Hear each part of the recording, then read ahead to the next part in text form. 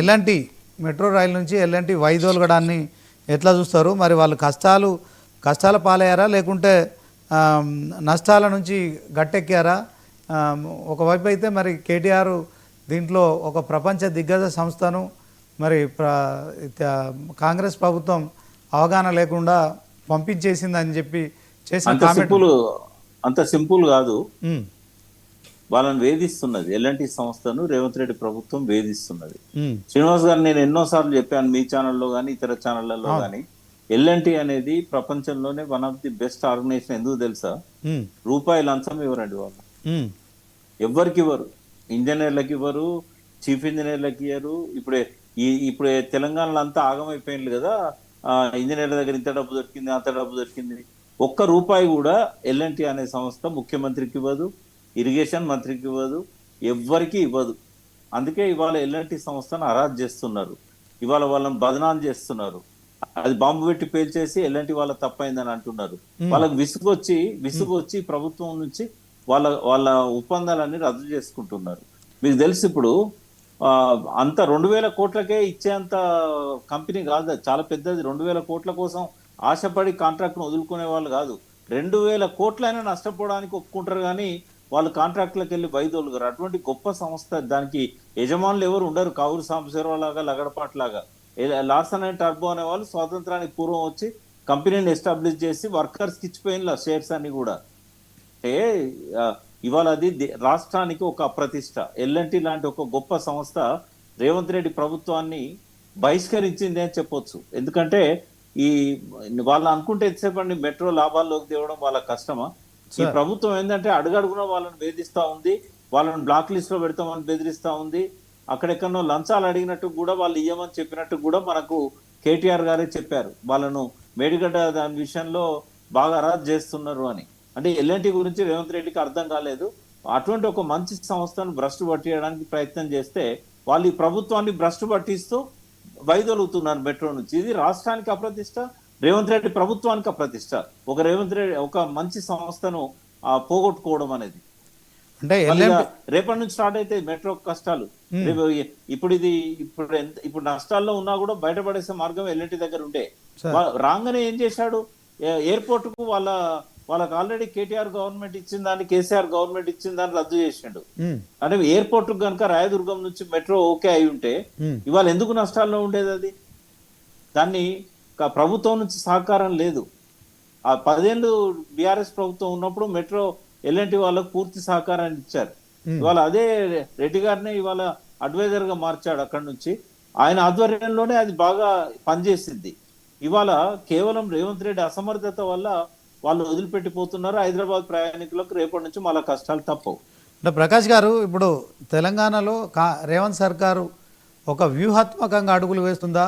Medigadda barrage నిర్మించిన L&T మీద, మరి ఆ బ్యారేజ్ మీద మొత్తానికి బీఆర్ఎస్ సంబంధించి ఆ ప్రభుత్వ హయాంలో నిర్మించిన క్రమంలో ఇది ఆ పగుళ్ళు రావడం కావచ్చు, నిజంగానే అది కుంగిపోవడం కావచ్చు, ఇది ఎల్ఎన్టీ సంస్థ మీద నెపం పెట్టే కార్యక్రమంలో మరి రాష్ట్రం నుంచి ఎల్ఎన్టీ సంస్థను పంపి మరొకసారి బీఆర్ఎస్ను దోషిగా చూపెట్టేందుకే రేవంత్ ఇలాంటి నిర్ణయం తీసుకున్నారు అనుకోవచ్చు. అదే క్రమంలో మరి మెట్రో రైలు ఎండీగా ఉన్న ఆ రెడ్డి గారిని కూడా మరి ప్రభుత్వ సలహాదారుగా తీసుకున్నారు. సర్ఫరాజ్ అహ్మద్ను మరి ఆ స్థానంలో పెట్టడం కావచ్చు. ఇదంతా ఎట్లా చూస్తారు సార్? అంటే ఇప్పుడు ఒకటైతే మెట్రో అనేది రేపు ఎల్లుండో మూసేయాల్సి వస్తుంది. దాన్ని ఎల్ఎన్టీ వైదొలిగిందంటే ఇక మెట్రో అనేది రాబోయే రోజుల్లో పనిచేయదు. ఈ ప్రభుత్వం దగ్గర ఆ నైపుణ్యం లేదు, వాళ్ళకి ఇవ్వాల్సిన 2000 కోట్లు కూడా లేవు. దాన్ని నడిపే శక్తి కూడా ఈ ప్రభుత్వానికి లేదు. ఈయన ఎన్ని మాయమాటలు చెప్పినా కూడా ఎల్ఎన్టీ ఒకసారి వైదొలిగిన తర్వాత ఇంకా మెట్రో గురించి మనం ఆలోచించాల్సిన అవసరం లేదు. దినదినం గండం నూరేళ్ళ ఆయుష్ లాగానే ఏ రోజు అది క్లోజ్ అయిద్దో మనకు తెలియదు. ఎందుకంటే అది ఇంకా నష్టాల్లో కూరుకుపోతుంది. ఇప్పుడే ఒకసారి ఎల్ఎన్టీ వైదొలిగిన తర్వాత ఇంకా నష్టాలలో కూరుకుపోతే దాన్ని బెయిల్అవుట్ చేసే, బయటపడేసే మార్గం రేవంత్ రెడ్డి దగ్గర ఉండదు. కాబట్టి ఫైనల్గా మళ్ళా ఎంతో కష్టపడి రాజశేఖర రెడ్డి పీరియడ్లో మొదలుపెట్టిన మెట్రోను మధ్యలో ఆగిపోతే కేసీఆర్ గారు దాన్ని తీసుకొని ఎక్కడెక్కడైతే గ్యాప్స్ ఉన్నాయో ఆ గ్యాప్స్ అన్ని కూడా ఫిల్ చేసి వాళ్ళందరినీ పిలిపించి వాళ్ళకు నెగోషియేట్ చేసి దీన్ని అంతా ఆర్డర్లో పెట్టి మెట్రో పనిచేసేటట్టు చేశాడు. ఇవాళ కోట్లాది మంది ప్రయాణికులకు అదొక మంచి వనరు లాగా మారింది, ప్రయాణానికి మంచి ఉపయోగపడుతున్నది.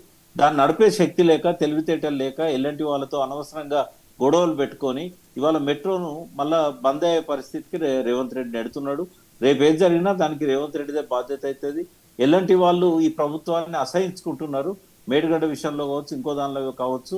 దీన్ని రాజకీయం చేసి వాళ్ళు చేసిన ఒక మంచి ప్రాజెక్టును బాంబులతో బద్దలు కొట్టించి తప్పులు వాళ్ళ మీద నెట్టి కేసీఆర్ను దోషిగా చూపెట్టడానికి ప్రయత్నం చేసి ఇదంతా కూడా సుబ్రహ్మణ్యం గారు అర్థం చేసుకున్నారు. కాబట్టి ఎల్ఎన్టీ చీఫ్ ఎవరైతే సుబ్రహ్మణ్యం ఉన్నారో ఆయన డిసైడ్ చేసుకున్నాడు దీన్ని క్లోజ్ చేయాలి. తెలంగాణలో ఇంకా ఏ వర్క్ ఇచ్చినా కూడా వాళ్ళు చేయరండి. ఒక మంచి సంస్థను పోగొట్టుకుంటున్నందుకు మనం బాధపడాల్సిన పరిస్థితి. ఈ 13,000 కోట్ల బ్యాంకు లోన్లు టేక్ ఓవర్ చేయడం కావచ్చు, అదే క్రమంలో ఎల్ఎన్టీ సంస్థకు 2,000 కోట్లు ఇవ్వడం, అంటే తెలంగాణ ప్రజలకు మరొక 15,000 కోట్ల ఇది భారం కాదంటారా? భారం అయినా పర్వాలేదు కానీ ఇచ్చే శక్తి లేదు కదా రేవంత్ రెడ్డి దగ్గర. మళ్ళీ ఒకవేళ రేపు బహుశా కేసీఆర్ గారు మళ్ళీ ముఖ్యమంత్రి అయితే మళ్ళీ సుబ్రహ్మణ్యం గారిని పిలిచి మీరు మెట్రో నడుపుకోండి అని ఇవ్వాల్సిన పరిస్థితి వస్తుంది. ఈ 3 ఏళ్లలో మళ్ళీ మెట్రో పేరు మీద ఇంకో 30,000 కోట్లు అప్పు చేస్తాడు. ఇప్పుడు ఇచ్చే 15,000 కోట్లు ఎట్లాగ ఇవ్వలేడు ఆయన. మళ్ళీ రేపు వాళ్ళు కోర్టులలో కేసులు వేయాల్సి వస్తుంది, ముఖ్యమంత్రి కార్యాలయాన్ని జప్తు చేయాల్సి వస్తుంది. ఎలాంటి వాళ్ళు ఆ 13,000 కోట్లు చేయలేడు, ఈ 2,000 కోట్లు కూడా చేయలేడు.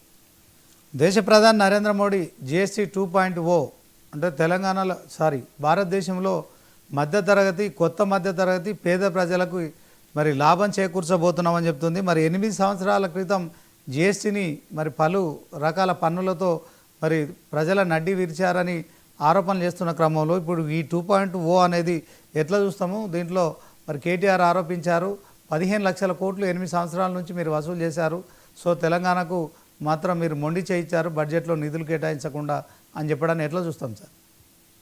నరేంద్ర మోడీకి వెనకాల RSS థింక్ ట్యాంక్ ఏదైతే ఉన్నదో వాళ్ళు ఈ నరేంద్ర మోడీ చేసే పనుల వల్ల మనం రోజు రోజు కూడా ప్రజల లోపల మద్దతు పోగొట్టుకుంటున్నాము. 2వ టర్మ్లో వాళ్ళు చేసిన తప్పుల వల్లనే మెజారిటీ తగ్గింది. ఆ మోడీ గారు ఏమనుకున్నారంటే నేను ఆర్టికల్ 370 రద్దు చేసినా నాకు మంచి పేరు వచ్చింది, ఇంకా నాకు ఎక్కువ సీట్లు వస్తాయని అనుకున్నాడు. కానీ ఆశాభంగం జరిగింది. తనంతట తనుగా గవర్నమెంట్ ఏర్పాటు చేయలేని దుస్థితిలోకి నరేంద్ర మోడీ ప్రభుత్వం పోయింది. అంటే ఆయన పాలనకు అది పాజిటివ్ సర్టిఫికేటా నెగటివ్ సర్టిఫికేటా మనం అర్థం చేసుకోవాలి. ఈ 15 లక్షల కోట్ల దాకా ప్రజల గోల్లుడ కొట్టి వసూలు చేశారు కాబట్టి ఆ నెగటివ్ రిజల్ట్ వచ్చింది. కాబట్టి తప్పులను సరిదిద్దుకునే ప్రయత్నంలో భాగంగా జరిగింది తప్ప ఏదో ప్రజల మీద ప్రేమతో చేసింది మాత్రం కానే కాదు ఇది. సరే, తప్పులను సరిదిద్దుకొనియండి, ప్రజలకు లాభం జరిగితే కనుక తప్పకుండా ఆ నిర్ణయాన్ని స్వాగతించుదాం. ఈ మధ్యకాలంలో ఒక ప్రముఖ దినపత్రికలో ధరణి పేరుతో గత ప్రభుత్వం 25 లక్షల ఎకరాలను గోల్మాల్ చేసిందని చెప్పి ఒక వార్త అయితే మరి కనిపిస్తోంది సార్. మరి కేవలం 1,35 లక్షల ఎకరాలు మాత్రమే ఉంటే మరి 1,55,00,000 ఎకరాలు ఉన్నట్టు పట్టాలు చూపించారు. సో అదనపు పట్టాలు చూపించి బీఆర్ఎస్ ప్రభుత్వం గోల్మాల్ చేసిందని చెప్పి వచ్చిన వార్త పట్ల ఏం చెప్తారు సార్? రెవెన్యూ గురించి కానీ, చట్టాల గురించి కానీ, భూ సమస్యల గురించి కానీ ఓనమాల్ రాని రిపోర్టర్ రాసిన వార్త అండి అది. ఆ పత్రికలో ఆ వార్త ప్రింట్ చేయడాన్ని కనీసం ఎడిటర్ గారన్నా ఆపాల్సి ఉండేదాన్ని. ఎందుకంటే ధరని ఎందుకు పెట్టారో తెలియదు ఆయనకు. తెలంగాణలో నిజాం కాలం నుంచి ఎలాంటి భూ సమస్యలనే తెలియదు. పట్టాలు లేకుండా కోట్ల చుట్టూ లక్షలాది మంది రైతులు ఎందుకు తిరిగారో తెలియదు. దాదాపుగా ఒక 5% తప్ప 95% సమస్యల్ని అప్పటి ప్రభుత్వం పరిష్కరించింది. అంటే ఆ పరిష్కారంలో ఏముంటాయండి? పట్టాలే కదా ఉండేది. ఇప్పుడు ఎందుకు పోతారు శ్రీనివాస్ గారు ప్రభుత్వం దగ్గరికి, రెవెన్యూ ఆఫీసర్ చుట్టూ? అంటే మా పేర్ల మీద ముటేషన్ అయితే లేదు, మా తాత భూమి ఇంకా అట్లే మా తాత పేరు మీద వస్తుంది. ఇప్పుడు ఎప్పుడో నేను చెప్తా ఉండండి, మా ఊర్లో మా ముత్తాత ఎప్పుడో ఒక 80 ఏళ్ళ కింద ఆయన పేరు మీద ఉండేనండి. ఇప్పటికి కూడా ఆయన పేరు మీదే వస్తుంది. ఇప్పుడు ఆయన పేరు మీదకే నా పేరు మీద మారుతుంది, నా ఒక్కరి పేరు మీదకే మారదు. ఆయన ఒక్క పేరు ఉంటే ఇప్పుడు మీ తాత ఒక్కడే, ఆయన పేరు మీద ఒక 20 ఎకరాలు ఉంది. కానీ మీ తండ్రులు 4 అనుకోండి, చిన్నబాబు పెద్దబాబు అందరూ. అవును. అప్పుడు ఏమైతే 4కి పట్టాలు పెరుగుతాయి. మీరు 16 మంది ఆయనలు, అంటే ఒక్క తాత ఆస్తి 16 మంది మీద పట్టాలు మారుతాయి. ముటేషన్ అంటే ఏంటండి? 13 లక్షల అప్లికేషన్లను టిఆర్ఎస్ ప్రభుత్వం పరిష్కరించింది. పట్టాలు విరగకుంటే ఎందుకుంటాయి? అంటే ఇక 25 లక్షల ఎకరాలు కేసీఆర్ కుటుంబం తిన్నదా? పెన్ను ఉన్నది కానీ అని ఇష్టం వచ్చిన సొల్లు రాయొచ్చా? అది ఒక మంత్రి గారి పత్రిక. మరి ఆ మంత్రి గారు అంటే నాకు గౌరవం ఉండే, ఎందుకంటే వెంకటస్వామి గారి కొడుకు కాబట్టి. మరి ఇట్లా రాయొచ్చా? పత్రికల అడ్డమైన వార్తలు రాయొచ్చా? డాక్టర్ ఎవరు గడ్డం అడిగేవాళ్ళు వివేక్ లేరని చెప్పి వెంకటస్వామి. ఇష్టం వచ్చినట్టుగా. ఉమ్, నేనేమంటున్నా అంటే ఉమ్, నేను ఈ అడ్డమైన రాతలు వాళ్ళు రాస్తే ఒక 100 మంది అడ్డమైన వీడియోలు చేస్తారు దీని మీద. ఉమ్, అల్టిమేట్ గా ఏంటంటే తెలంగాణ ప్రజలకు కల్వకుంట్ల కుటుంబం ఒక దొంగ కుటుంబం అనే ఒక ముద్ర వేసే ప్రయత్నం చేస్తారు. ఉమ్, దీన్ని నియంత్రించాలండి. ఇప్పుడు ఆ, ఒక్కోసారి సరే ఇది టీవీ ఛానళ్ళ మీదకి తర్వాత పత్రికల కార్యాలయాల మీదకి పోయి రాళ్ళు విసిరి ఆ ధ్వంసం చేసిన సంఘటనలు మనం చూసాం. ఏబిఎన్ మీద జరిగింది ఒకసారి, మహా టీవీ మీద జరిగింది. అవును నేను ఏమంటున్నా అంటే ఈ ఆవేశం బద్దలైనప్పుడు సార్. ఫైనల్ గా వైలెన్స్ దిగుతారండి. ఇప్పుడు అటువంటి దాన్ని మళ్ళీ మాలాంటి వాళ్ళని మేము సపోర్ట్ చేయాలన్నా లేకుంటే ఖండించాలన్నా? ఇటువంటి అడ్డమైన రాతలు రాసి ఎమోషన్ తెప్పించి ఏమన్నా అర్థం ఉందా అండి వాళ్ళు రాసిన దానిలో?